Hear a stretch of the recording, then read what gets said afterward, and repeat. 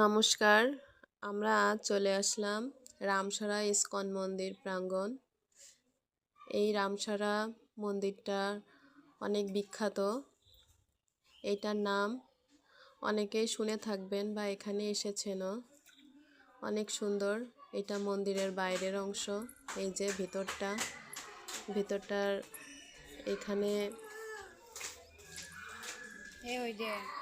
এইখানে ইস্কন প্রভুর নাম কীর্তন করা হয়। এই যে ভিতরে অনেক জায়গা আছে, কত সুন্দর।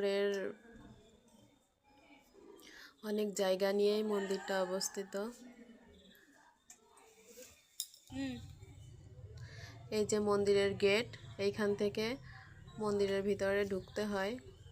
গেটটাও অনেক বড়।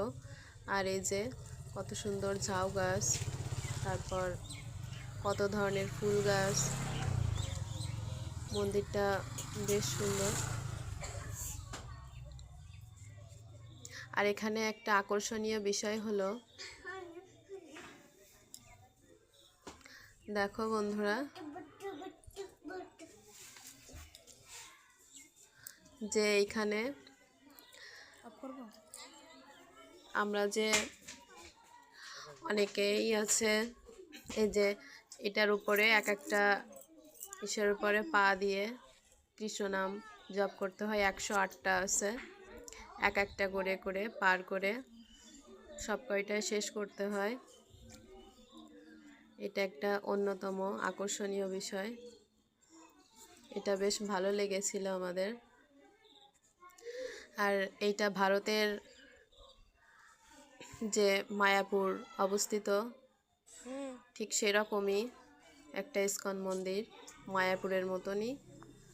এর যে চূড়া বা গম্বুজ মতন যেটা, এই যে এখানে তুলসী ক্ষেত মতন তৈরি করা আছে। এটা অনেক জায়গা নিয়ে অবস্থিত। এই যে এটা পুকুরঘাটের এখানে প্রভুর নামে যে পূজা অর্চনা করা হয়, সেই ফুলগুলা এখানে ফেলে। আর স্নান করার জন্য ওই পাশে আরেকটা পুকুর আছে, সেখানে স্নান করে।